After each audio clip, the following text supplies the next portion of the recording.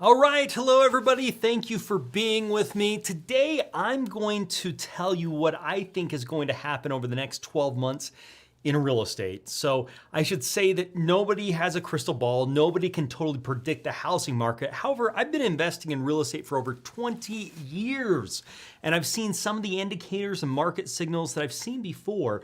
And I have some strong ideas about what that means for the housing market and what that means for investors. So that's what we're going to be talking about today. I appreciate you being with us. You are going to enjoy this, and I hope you'll learn a lot. Let's see here. Let's get all set up. So what we're talking about is predictions for the 2022 housing market. That is what our live cast is going to be about today. But don't forget, we also are going to go over a few other things. We're going to go through a finding tip. We're going to talk about tax delinquents. We're going to talk about what the internet's saying about 2022, what the experts are saying about 2022, my predictions for the next year. So we're jumping into welcome and updates right now. We'll jump into real estate news. We'll go through that finding tip of the week. We'll do the topic of the week, which is the predictions for 2022.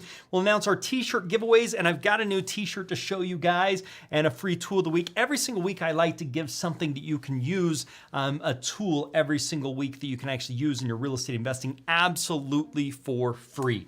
Now, just a quick reminder, this show's for entertainment purposes only.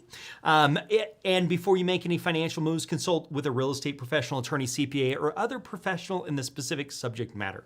Everybody's situation is different. There's no one size fits all. DHA may receive payment on the show from sponsors and guests in the forms of books, giveaways, items, discounts, or other remediations. As with anything in life, results come from education, following a system, hard work, and determination to follow through until the end. If you haven't already, please put your first name and the city and state where you are investing. I build content and do those things around that. So I'd love to know. So put it in there. I'd love to give a shout out to you guys as well. And if you were listening to this on the recorded version, please put it in the comments. I love to see those comments. Love to know where you're listening from, and some of this content I can create that can work in your areas or use your area as a specific example. Big shout out to Shane in Layton, Utah. Shane, thanks for being here, man.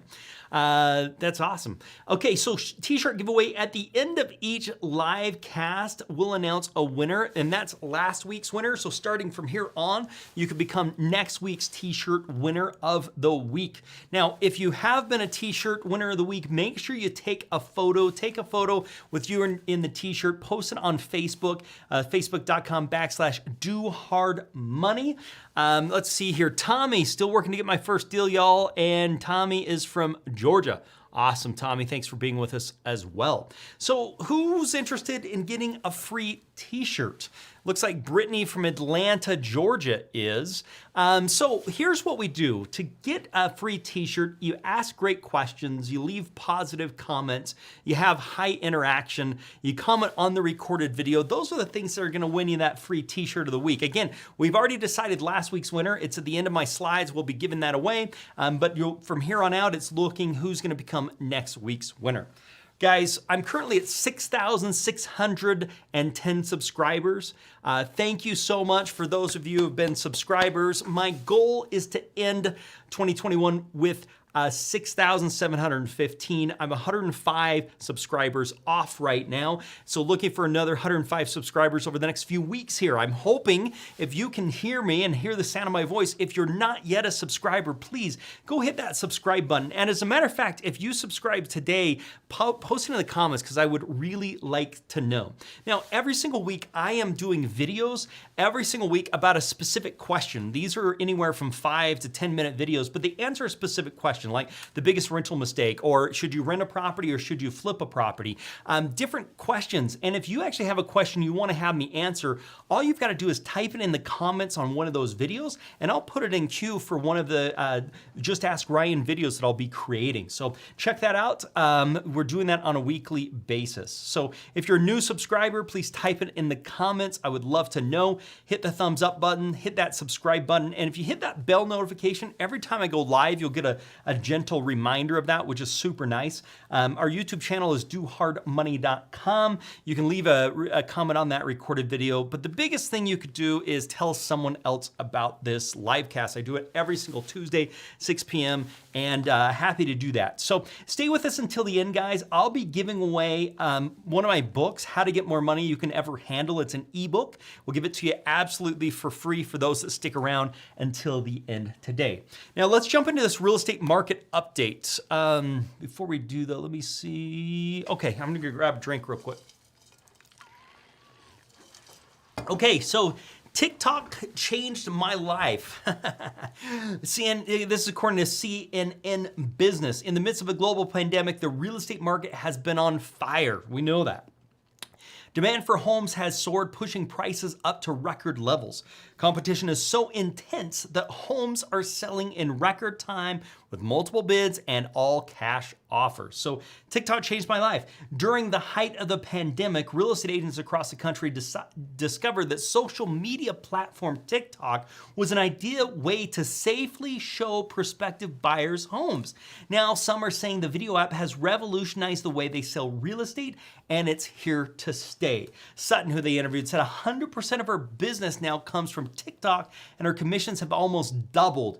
The brokers CNN spoke who all joined TikTok within the last 2 years, and they all believe the app is the future of real estate. Have you guys done anything with TikTok? Have you seen agents doing stuff with TikTok? I'm curious what you've seen on TikTok. Slide. Just making a note to myself here. If so, type in the comments. I'd be really interested in what you have seen. Insider is reporting about Metaverse. If you don't understand, this is a virtual reality. Mark Zuckerberg is really going all in, I would say, on this. And they're selling virtual real estate. Sales are accelerating as investors stake out virtual land in the potentially $1 trillion market. Meta Universe Group's $2.43 million land purchase. This is just insane to me. I don't understand why people are buying virtual land. So this is the problem I have with it, is like in virtual land, you can always make more. There's like no end to it. So anyway, it's not for me.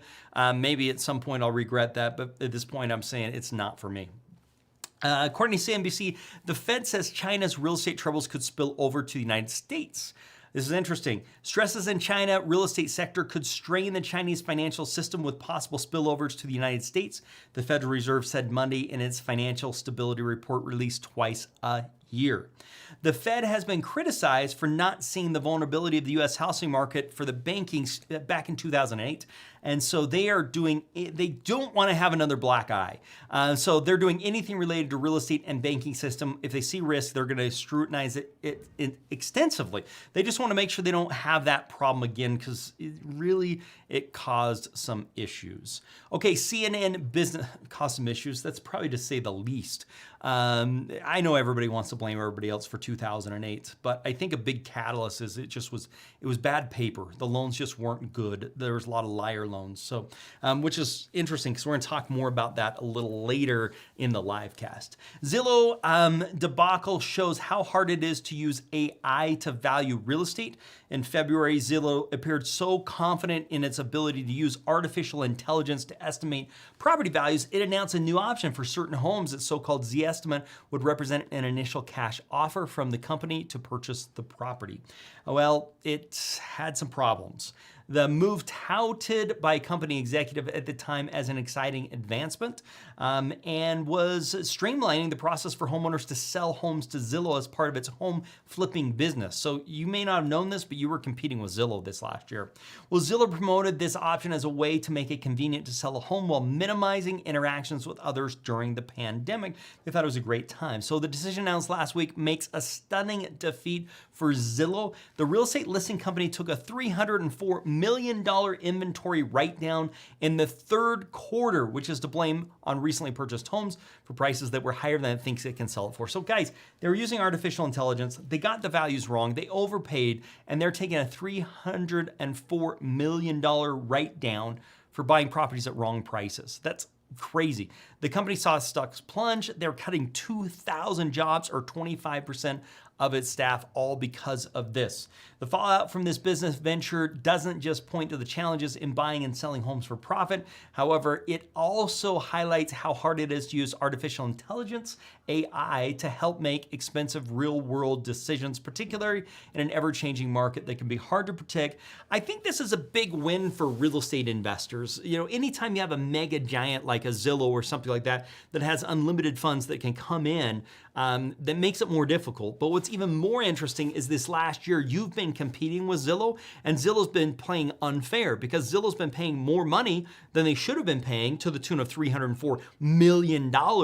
And so that priced you out of being able to purchase a house if you were doing that correctly. So I think there's some great hope this next year, and we're going to talk more about that in a little bit.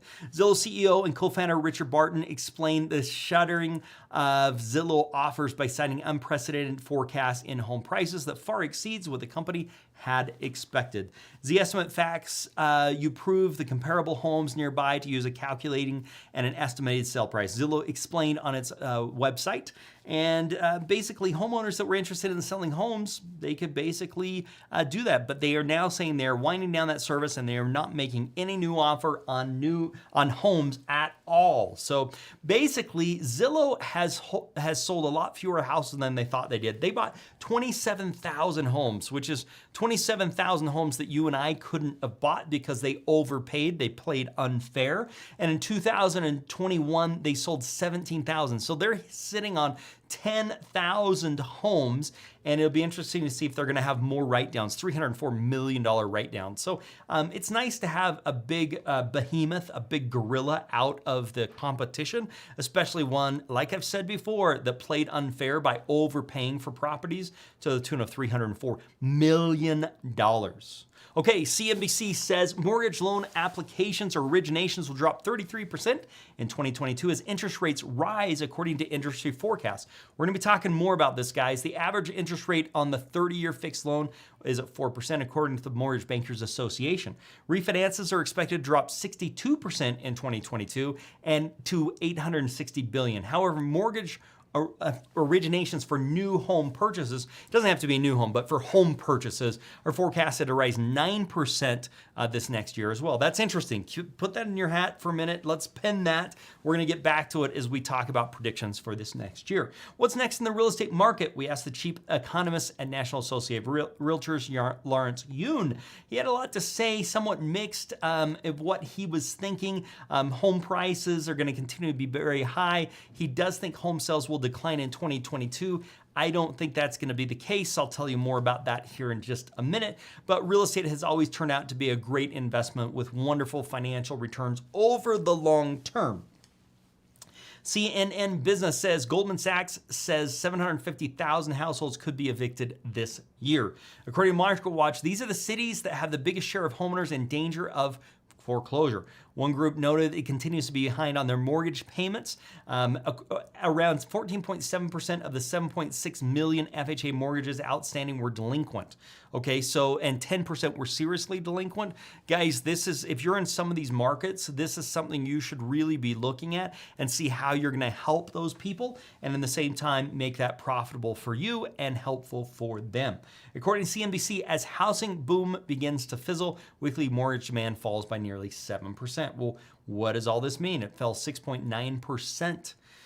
Let's go through the November housing report from everything we saw in November. Less inventory. The national inventory of active listings declined by 26% over last year, while the total inventory of unsold homes, including pending listings, declined 16.2%. The inventory of active listings is down 55.5% compared to 2019. There's simply less inventory. Next thing we're seeing is new homes listed are down. Newly listed homes are down 0.7% nationally compared to a year ago, and down 0.2% for large metro areas over the past year. Sellers are still listing at rates 13.3% lower than typically in 2017 and 2019 levels. So new home sales are down. Median price is up. That's the other thing we're seeing here. The November national median price for active listings was $379,000. That's up 8.6% compared to last year and up 22.4% compared to 2019, which basically means, guys, if you bought a house in 2019 2019 for $100,000, it would estimately be worth $122,400 if it's gone up 22.4%. That's amazing, especially in just a 2-year period. Time on market is down. This is the other indicator. Nationally, the typical home spent 47 days on the market in November. That's down 10 days from the same time last year and down 23 days from the same time in 2019. We're also running into this other thing. Let me grab a drink. If you guys have some questions, type them in the comments. Potentially sellers are not selling. Currently, 1 in 4 homeowners are choosing not to sell. And the reason they're saying that is they can't find a home in their price range, so they're staying put. That's the other thing we're seeing here as our November. It'll be interesting to see the December data, which we'll have first, the second week of January. And we can share how December wraps up and look at the year as a whole, although I don't think the story is really gonna change much. Property finding tip. Every single week, I like to do some type of tip on finding properties, something you probably don't know about or haven't heard about. And today's what I want to talk about is tax delinquency. So what is a tax delinquency? This is when somebody is behind on their property taxes. Property taxes are senior to all liens. So property taxes come ahead of lenders, banks, all that type of stuff. They're first. So if a property tax is not paid, they can foreclose out the mortgage loan and then they can sell the property. Now, it's really rare because most lenders are going to typically pay the taxes, so that doesn't happen, and many of them have an escrow, so as you make that payment that they actually pay the taxes, but that's not always the case.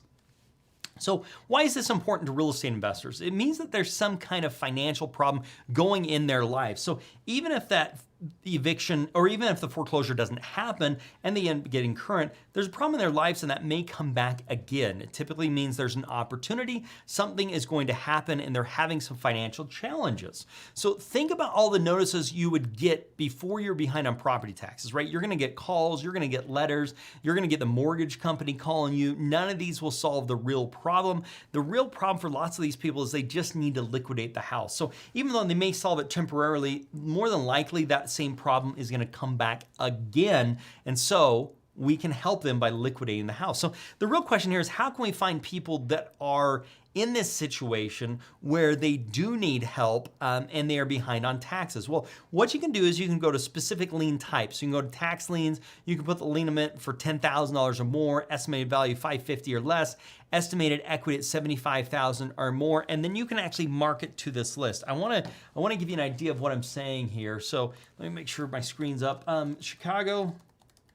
Well, actually, let's do, since Brittany's with us, let's do Atlanta. Atlanta, Georgia. Okay. So we're gonna come here under filter. This is Investor's Edge, guys. We're gonna come here to filter and we are going to go to liens, specific type of liens. We're gonna come here to a tax lien and bada boom, bada bang, there's 23,289 that have tax liens. What I wanna do here is I probably want to look at stuff that's not too expensive. So let's see, that's rental income, assessed improvement, mortgage info. Let's just look. I probably just want to do single residential, and you may want to do like duplex and fourplex. So let's go single condo and let's do duplex to fourplex. That's going to change our numbers here. Square footage, I'm less worried about that. Number of stories, I'm not really worried about that. If it's listed on the MLS or not, maybe you say, I don't want anything that's listed on the MLS, that cut us down just a little bit. So pre-foreclosure and bank owned, this could put it that it's in some type of pre-foreclosure, but we're looking at these that have some problems. We can also look at people that have owned it for a long time. They've owned it for 10 years or 5 years or at least a year. So that's also interesting if that's something that's important to you. You can exclude interfamily transfers. This is for liens and divorces. So specific tax lien, the lien amount, let's say that we want the lien amount to at least be $10,000. Let's just see what that does to us. Let's take us from 20,000 down to 4,000. So maybe that's too much. Maybe we want to say the lien amount should be $5,000.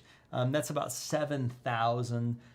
Delinquents, what year do you want to be the delinquent? If there's specific years that you actually want delinquent, if you're saying, I want to look at stuff that was delinquent for 2020, you could type that in here. I'm not going to put that in because it depends on your market. It depends on your area. Estimated value is a big one. I don't want these big, massive properties, so I'm going to put 550 as my, as my max value. And I also just don't want little crappy houses, so I'm going to put like $50,000. So what does that put us to? 5,266. Now you can drill down even further if you want to. What we've done here, and big shout out to Brittany. What we've done here is residential, single family, condo, townhouse. They're not listed on the market. They have tax liens of $5,000 or more, and their estimated value is $50,000 to $550,000. So there's 5,266. We can download these guys. We can market to these guys. We can skip trace them. We can send postcards. All kinds of stuff we can do. But I want to show you one other really cool thing here under ownership. MLS status. Let's actually look and see who is actually listed on the market. This could be interesting for you guys, right? So MLS status. Let's say that the MLS status is active. So here is 42 houses, Brittany, in Atlanta that have a tax problem due of at least $5,000, and it is currently listed on the market. So you could get in touch with each one of these agents and make an offer directly to them, and that could be a great opportunity. Now, the other thing we could do here is we could say we want to make sure they've got some equity. So equity's hard. We just talked about Zillow and artificial intelligence and all that type of stuff. So this isn't like gospel. So I like to put it a little bit low right now, maybe $30,000 worth of equity. Maybe you say, oops, maybe $40,000 worth of equity. Let's take a look here. Maybe we say 40. Most things are going to have that. So that took out one. Maybe you want $50,000 of equity. Oops, I keep hitting that button wrong. Let's see here, 50,000. So that narrows us down to 44 properties. So these are single family houses, condos, multifamily to fourplex. They are currently listed on the market. They're active on the market. They're not under contract right now. They have a tax lien of $5,000 or more. We're somewhere between $500,000 and $550,000, and there's estimated equity of about $50,000 or greater. So my question is, Brittany, why don't you start making offers on all these? Because there's some equity there. They've got a problem. Let's go make some offers on these guys. Let me look here. MLS details. Here's one of the cool things with Investor's Edge. Here's all the MLS details. You can see the listing price, that it's active, that type of stuff. And you can even call the agents. The agents' phone numbers are just right in here as well. So that's kind of cool. Now, how are you going to get in touch with? Well, we talked about these were actually the ones that are listed on the MLS. So the way to do that is going to be through the agent. I think that's going to be your best bet. So I'm going to take off this and I'm going to set stuff that's not listed on the market. Let's reset that. Oh, sorry. I reset all of the criterias. I'm going to do... So I reset the criteria. We could go back in, but for time's sake, I'm not going to do that. What I wanted to show you here is you can come in and look at each one of these properties, or you can select all these properties and then you can create a new list. So you can add to a list or you can create a new list.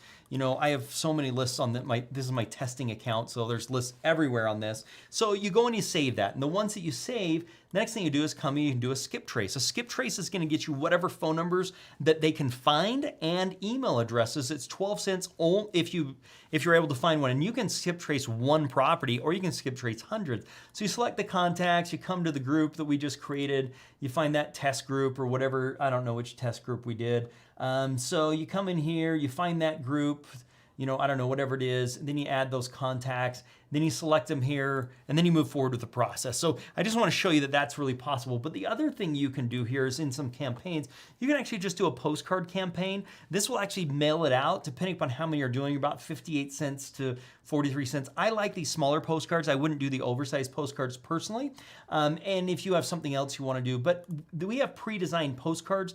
You can do different ones. So these investor-only postcards, like ugly houses, whatever. And it's all pre-written written, and you can come in here and change anything you want. You can hit the button, and then it will automatically mail these out, and within a week or so, you'll see those postcards actually being sent out. A little more expensive. If you're skip tracing, you're gonna have to make the phone calls, which gets back to what I'm talking about. You've gotta get in touch with these people. So, I hope that was helpful, not just for Brittany, but for all of you. Brittany's taken note. Yes, first of the year, I'm making moves. All right. I'll give you a little secret. The best time is right now, because a lot of real estate investors take off Christmas, New Year's, that type of stuff. So I think in the next 2 weeks between now and the end of the year is an ideal time to actually find a property, because I think your professional investors are taking time off. I see that all the time. So I think right now is the best time. The other thing is, if you buy a house now or you end up buying it in January, that puts you right on the market in June or July, the summertime, which is ideal time to actually sell a property. So you're selling in the best selling season, and we usually see those prices go for more. So I would jump all over it. It's a great opportunity to look at it. And like we talked about earlier, you've got one less competitor out there that was playing unfairly. Okay, we talked about calling, we talked about skip tracing. We can do postcards. The question is that I get asked a lot, like, what do I say to these guys? And it's really simple. I'm looking for the owner of 123 Main Street. Are you interested in selling? If they say they're not interested in selling, I say, do you have any other properties you'd be interested in selling, or know someone else that would be? Most of the time they say no. But I'll tell you what happens is occasionally, after you've done hundreds of these, somebody says, yeah, I am interested, let's talk. And that's what moves it to the next. But I will tell you, follow-up is everything. You can't just have one conversation. You have to follow up, follow up, follow up. That's really the key to everything here. All right, you bet, Brittany, absolutely. Let's jump into the predictions for 2022, but let me grab a drink here. And what we went over, that works everywhere. It doesn't just work in Atlanta. I just chose Atlanta. You can pick whatever state you want. Georgia, well, I guess Atlanta is in Georgia. Texas, whatever. You just pick the state and you can do the same thing. Now, how many is available is going to be different based upon areas and those types of things, but you can do the same searches and see what's available. And it's amazing you can do this right from your fingertips. These new technologies that we've got are off the charts. Predictions for the 2022 housing market. So what we're going to cover is what the internet's saying about 2022, what the experts are saying about 2022, some of my predictions about what I think will be happening over this next year. So here's what I think is really interesting. If you look at real estate and where it's gone from 1990 to 2006, and then what the estimations are for 2027. You've seen it all over the internet. People are saying it is going to be bad. 80% crash coming soon, okay?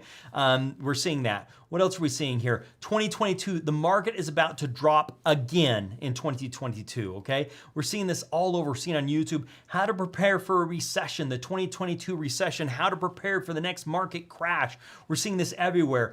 The Fed just revealed their scenario for the 2022 market crash scenario, what they're gonna do for a market crash. 2022 crash, avoid these cities in 2022 because of the crash. But let me remind you about something, okay? Everybody was saying something back in 2021, before this last year started, people were saying some things, okay? What were they saying? There's gonna be a crash in 2021, okay? Was there a crash in 2021? Nope. House sinking, 2021, they're gonna sink. Kevin O'Leary, housing market is about to crash. In 2021, it's going to crash. The housing market is going to go down 50%. This is all what they were saying in 2021. 2021, it's going to be worse than 2008. Timing, the housing bubble will crash in 2021. Bubble will burst. We are doomed. Okay? The list goes on and on and on. What I'm saying, guys, is this fear-mongering makes good headlines. But the question is, were these guys right about 2021? And the answer is absolutely not. They were not right about what happened in 2021. Quite the opposite actually happened, and we're having the same naysayers saying those things. So the bottom line here is they are worse than the weatherman. That's the thing. They're just simply worse than the weatherman, and I wanted to play this clip for you real quick because I think it's hilarious. David Watson's been monitoring traffic, but first we go to Ryan Marshall, who's out monitoring the snowfall. Ryan, what's it look like out there? Yeah, it looks like snow, just like I predicted in my forecast from the studio. I'm not sure why I'm out here literally looking around. It looks like snow. You could just take a video of it snowing and show that. Why do I have to be here to describe snowfall? It's pretty self-explanatory. Seems like the cold has gotten you in an icy mood yourself, Ryan. Okay, you know what, Shannon? I am in an icy mood, okay? Nice pun, by the way. All right, I was just standing out here for 20 minutes waiting for you guys to throw to me, and I was just, doing some thinking. I spent $120,000 on a degree and 4 years in college to come out here and look around and describe what I see. I literally learned that in kindergarten, I Spy. It makes zero sense. Also, you know what else I was thinking while we're at it? When it's like a nice day or sunny, you never send me out to the lake or to the pool for a live shot, but when there's a hurricane or snowing or a blizzard or a flood, send me out there. I'll cover it perfect. I guess you have a point there, Ryan. We're looking at these reports and the forecast doesn't look good. People are worried. Have you spoken to any locals? Look around. Does there look like there's any locals out here? Everything is closed. Everyone is inside. The only reason I'm outside is to tell people not to come outside. What am I doing with my life? Well, you sure are brave, Ryan. Any word on what we can expect overnight? Yeah, more of this. Actually, 12 to 18 inches more of this. But don't worry, guys. I'm fine. Don't worry about me. I got this sleeveless vest that you guys make me wear. My literal fingers are about to freeze off. I got frostbite, but it's fine because we got the logo in the shot. Great. Oh, guys, I think that's a funny one.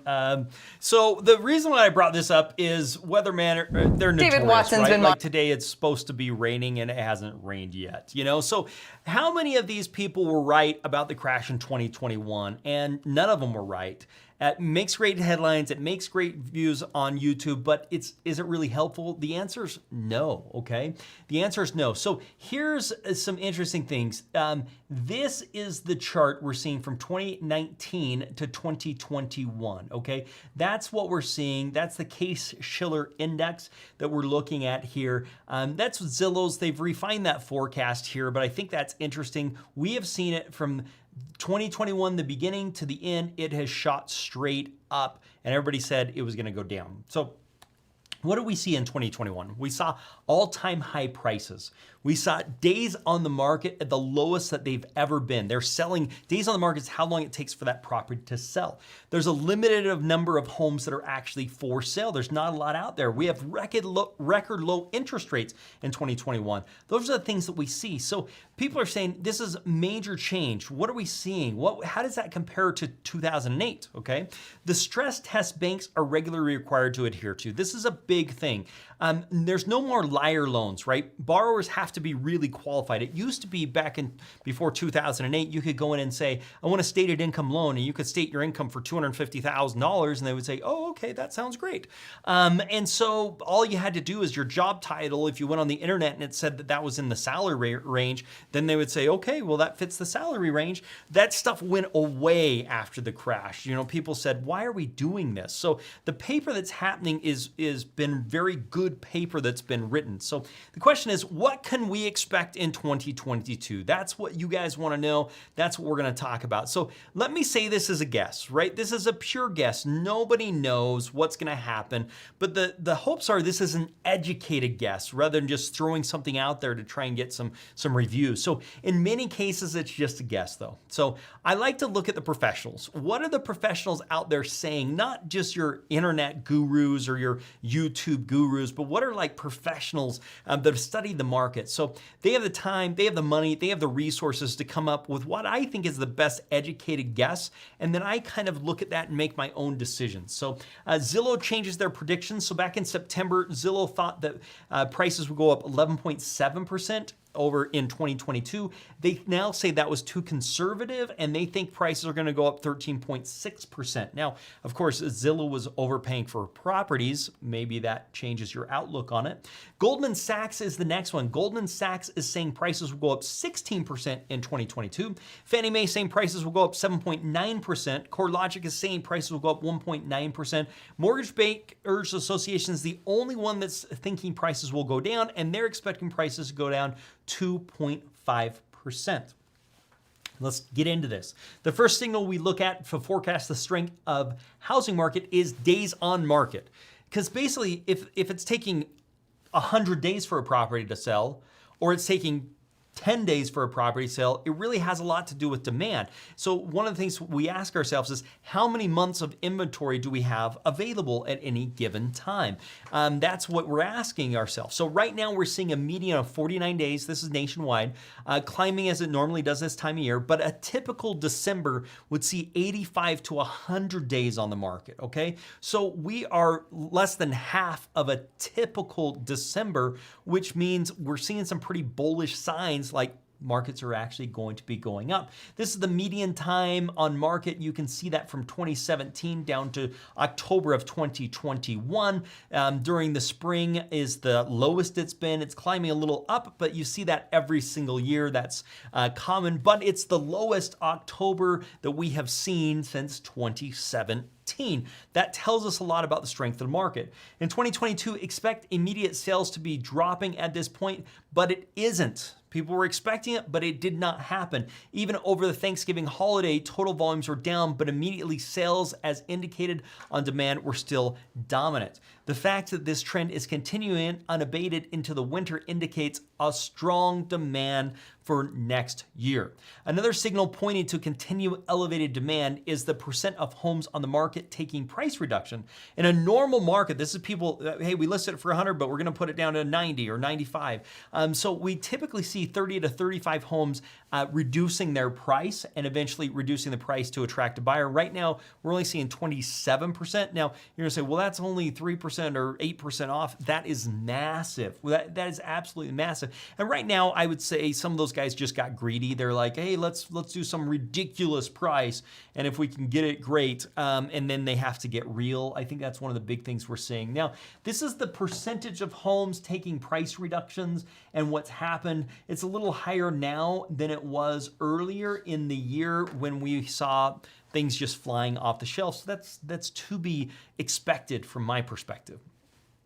Next thing we look at is inventory levels. Inventory is how many homes are out there. So unfortunately for all these eager buyers, inventory continues to be at record levels. We are currently at just over 350,000 single family homes on the market. Last time I looked into this, there are more real estate agents than there are homes listed. If that puts any perspective on this, like significantly more. Right here, what we're looking at is the total inventory of homes in the United States.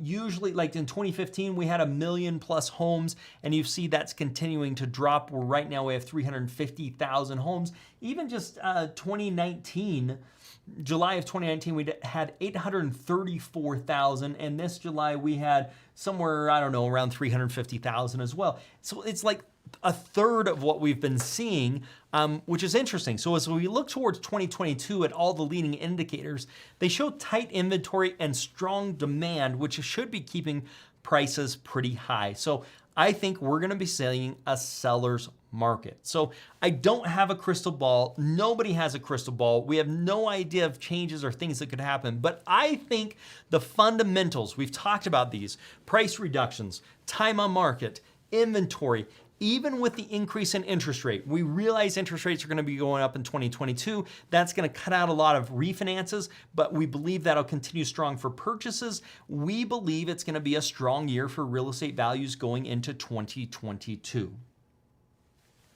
Now, if you'd like to get a copy of my book, How to Make More Money Than You Can Ever Handle, A Real Estate Investor's Guide to Funding Deals, text me your email address to 435-294-0433. 435-294-0433. If you are interested in our Find Fund Flip system, which will get you investor's edge, check it out at dohardmoney.com/get started. dohardmoney.com/get started. We've got funding, courses, resources, calculators, software, support. We've got it all, and we've got it all under one umbrella. Okay, if you enjoyed what you have heard today, you should check out my live cast and share this YouTube link with some other people. Our podcast, this is the live cast. Our podcast is called Income Hacker. You can listen to that wherever you listen to Apple, iTunes, Stitcher, Spotify, and check us out at Income Hacker. Don't forget, text me your email address, 435-294-0433. We'll get you a copy of that ebook. Okay, guys, it is that time of the day to get through our shirt giveaway, t-shirt giveaway. But before I do that, I really need to show you some of our t-shirts. So this is our newest t-shirt. This is our O-Flip t-shirt. I love it. It's got the $sign. It's got kind of the recycle thing. It's got the house, and then we've got our DHM there on the side. That's our newest one that's just came out. This is our fall edition. This is our Flipping Legends fall edition, and we've got our logo on the back on that one, which I like. This is our original one, guys. If you haven't seen this one, I flip and did it. It's got our logo on the back on that one. And then this is a really cool one. I made it through rehab. Our contractors and that type of stuff really like it. And then we've got Flippin' Legends. This is another Flippin' Legends. This was our summertime edition Flippin' Legends with the DHM on the side. Which shirt do you like the best? If you like some of these shirts, type it in the comments. Let me know what you think on these shirts. And we've got to jump in and go through our, there we go. We've got to go through and do our t-shirt giveaway. So the winner for last week, remember, starting at the beginning of this live cast, we'll announce the winner next week. So you'll want to be here for that. But the winner for last week is William Williams. Will, thank you for being here. Or I should say Will Williams. Will, thank you. If you're here today, please say hello. Thank you for your participation last week. Really appreciate having you. Will, you've got to email support@dohardmoney.com. Put that you are the shirt winner in the screen. Put your screen name, which is just your name, the mailing address, your cell phone number, and your shirt size. Now, also, if you tell me what shirt you like the best, I can do our... We're going to do size first. We want to make sure we get the right size. Secondly, we'll do style. If you type in there a style you'd like to see, we'll do our best to accommodate that, but we're going to, size is number one. So for everybody who participated this week, if you want to find out if you're going to be our t-shirt winner, join us next week so we can find out who the t-shirt winner is going to be. We do it every single week. If you haven't already, please text your email address to 435-294-0433 so you can get a copy of that ebook, How to Get More Money You Can Ever Handle, a Real Estate Investor's Guide to Funding Deals, okay? Join us next Tuesday, 6 p.m. How to tell if you should wholesale, fix and flip, or burr a deal. That's what we're going to be covering in next week. If you haven't already, text me that email address to 435-294-0433. Appreciate you being with us today. If you've enjoyed it, type it in the comments. Let me know. Love to have you join us if you're interested in our Find Fund Flip system, which includes funding, courses, resources, calculators, software, and support. Text me over your email address to 435-294-0433 so I can get you a copy of that ebook, or you can go to Amazon, Barnes & Noble and buy it there, but you get the physical book. If you did that, we'll give you the e-copy for free. All right, guys, thanks so much for being with me. Look forward to seeing you next week, same time, same place. We're going to talk about this. How do you know if you should wholesale, fix and flip, or burr? And if you don't know what those things are, we need to talk about it. I'll be deep diving into those this next week as well. 6 p.m. Tuesday, be there. Thanks so much, and make it a profitable day.